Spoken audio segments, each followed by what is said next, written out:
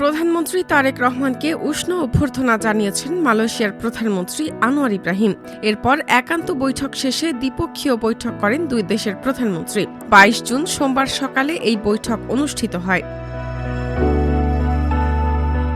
এর আগে লালগালিচায় তারেক রহমান ও জুবাইদা রহমানকে মালয়েশিয়ার সশস্ত্র বাহিনীর একটি সুসজ্জিত দল গার্ড অব অনার প্রদান করে। এ সময় মালয়েশিয়া ও বাংলাদেশের জাতীয় সঙ্গীত পরিবেশিত হয়। প্রধানমন্ত্রী তারেক রহমান গার্ড পরিদর্শন করেন। স্থানীয় সময় সকাল ৯:৩০টায় মালয়েশিয়ার প্রধানমন্ত্রীর কার্যালয় পেরদানা পুত্রা ভবনের ৫ম তলায় বৈঠকে বসেন তারা। দুই দেশের উচ্চ পর্যায়ের বৈঠকে বাংলাদেশ ও মালয়েশিয়ার প্রধানমন্ত্রী নিজ নিজ দেশের প্রতিনিধি দলের নেতৃত্ব দেন। বৈঠকে বাণিজ্য, বিনিয়োগ সম্প্রসারণ, জ্বালানি সহযোগিতা, হালাল অর্থনীতি, কর্মী পাঠানো, সেমিকন্ডাক্টর শিল্প, কৃষি, শিক্ষা, জনযোগাযোগ সহ বিভিন্ন ক্ষেত্রে দুই দেশের মধ্যে অধিকতর সহযোগিতা স্থাপনের বিষয়ে আলোচনা হওয়ার কথা সফরের আগেই জানিয়েছিলেন পররাষ্ট্র সচিব।